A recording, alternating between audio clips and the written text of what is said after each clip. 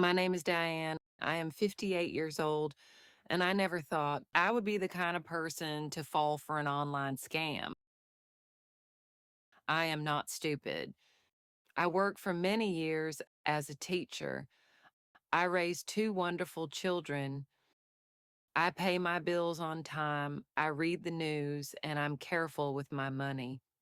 But love, or what I thought was love, made me blind. When my husband died 3 years ago, I was left with tears and loneliness. We had been married for 29 years before he lost his battle with cancer. I would come home from work and find myself listening for his footsteps or waiting for him to walk in and ask about my day. Nights were even worse. I'd sit on the couch watching TV just to fill the silence. My children and close friends tried to help, but they had their own families. I learned to smile on the outside, but inside I was tired of being alone. It started last summer after I retired early from my job because of health problems. I spent more time at home scrolling through social media. One day I got a message from a man named Michael. His profile picture showed a handsome man with short brown hair, brown eyes, and a warm smile. He looked to be in his late 50s. His bio said he was an engineer working overseas. At first, I almost ignored it, but then I saw we had one mutual friend, a woman from my church. I thought, if she knows him, he must be real. I wrote him back. Michael messaged me again that same evening. He wrote, "Hello, Diane.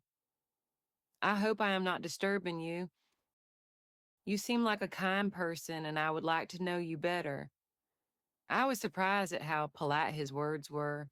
Most men online didn't talk like that. We started chatting every day. He told me he was from Texas, but was working on a big oil project in North Africa. He said he was divorced, had one adult daughter, and was planning to retire soon. He shared pictures of himself at construction sites, in restaurants, on a golf course, and even holding a coffee cup in what looked like a luxury hotel room.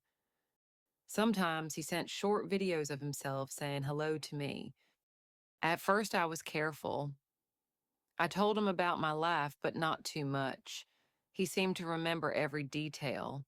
He would ask, "How is your knee pain today?" Or, "Did you ever finish that book you were reading?" That attention felt good. I felt cared for. After about 3 weeks, he told me he loved me.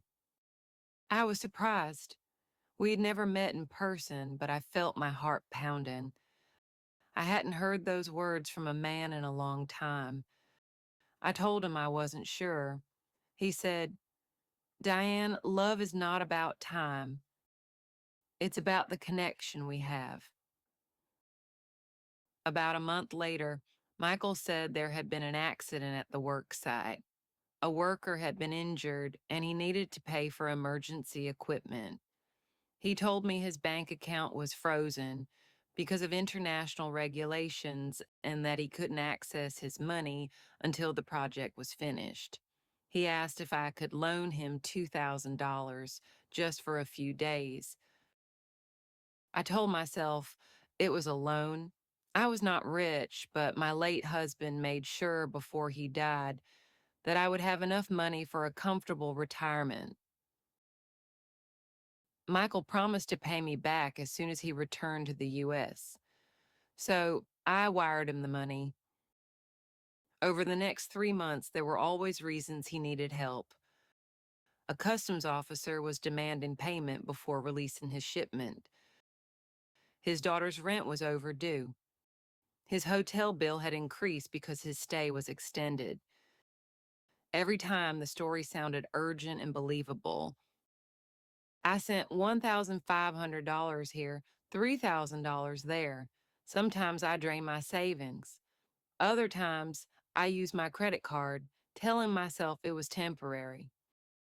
He would send sweet messages. You are my angel. I will make this up to you. I am buying you a new car when I get home. I told no one. I was embarrassed. And honestly, I was afraid my children would think I was foolish. One day, he said the project was finished and he was flying to see me. I was so excited I couldn't sleep. I cleaned my whole house, bought a new dress, and even changed my hair color. The day before his supposed flight, he called in tears. He said the police had stopped him at the airport because he was carrying a large sum of money from the project. He claimed they were holding him until he paid a $10,000 clearance fee. He begged me, Diane, if you love me, please help me one last time. Without you, I will be stuck here forever. Something inside me hesitated. $10,000 was a lot, but I had already sent him more than that before.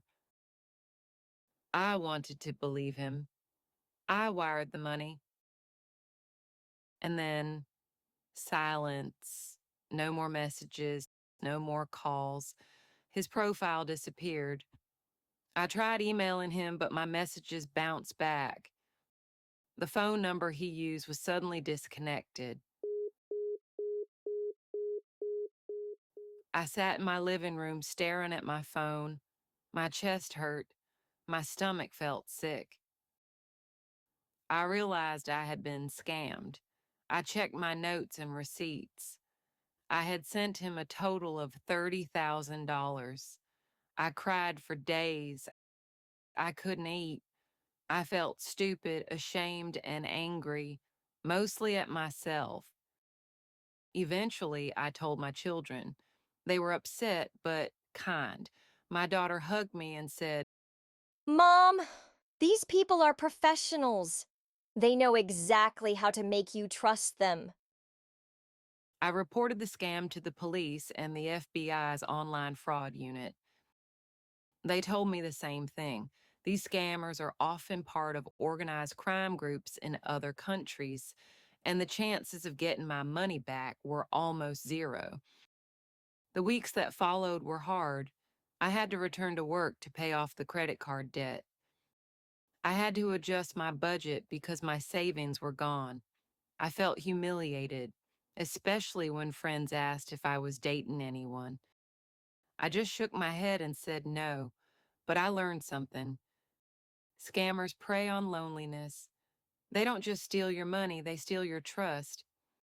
They study you, learn your habits, and make you feel special until you can't imagine life without them. Now, I warn other people. I tell them, if someone you've never met in person asks you for money, it's a scam. It doesn't matter how real their photos look, how sweet their words are. I'm slowly healing. I joined a local book club to meet real people face to face. I spend more time with my kids, even if it's just video calls. And I've started to forgive myself. If my story can stop even one person from falling into the same trap, then maybe something good can come out of my loss.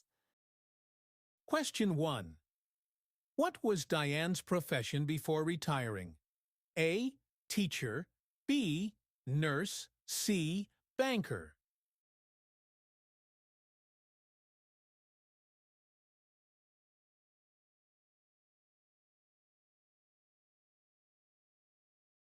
Two.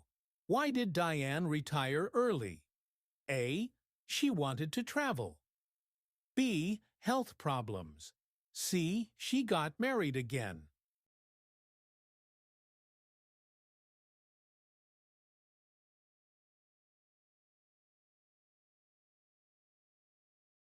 3. How did Diane first meet Michael? A. Through her children. B. Through a church meeting. C. Through social media.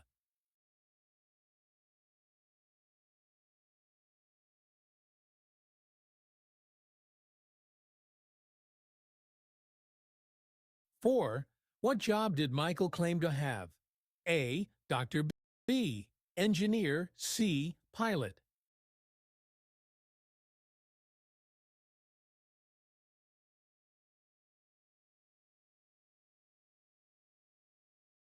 Five. Where did Michael say he was working? A. North America. B. North Africa. C. South Africa.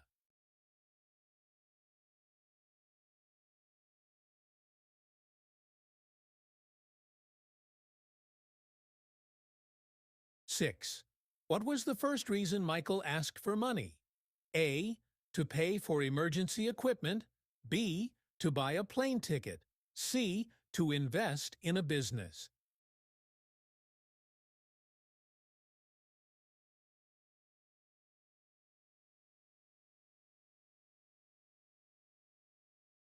Seven.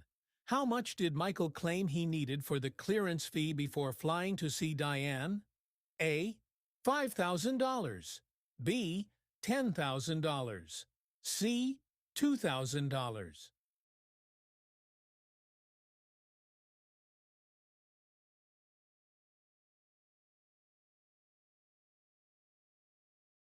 8. What happened after Diane sent the final payment? A. Michael came to visit her. B. Michael confessed he was a scammer. C. Michael disappeared and cut off contact.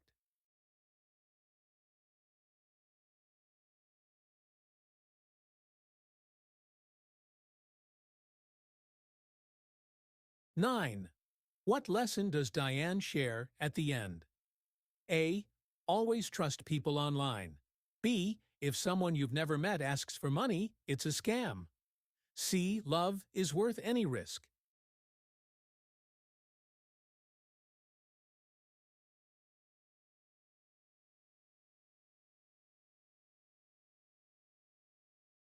Ten. What did Diane do after the scam to rebuild her life? A. Joined a local book club. B. Sold her house. C. Stopped talking to her children.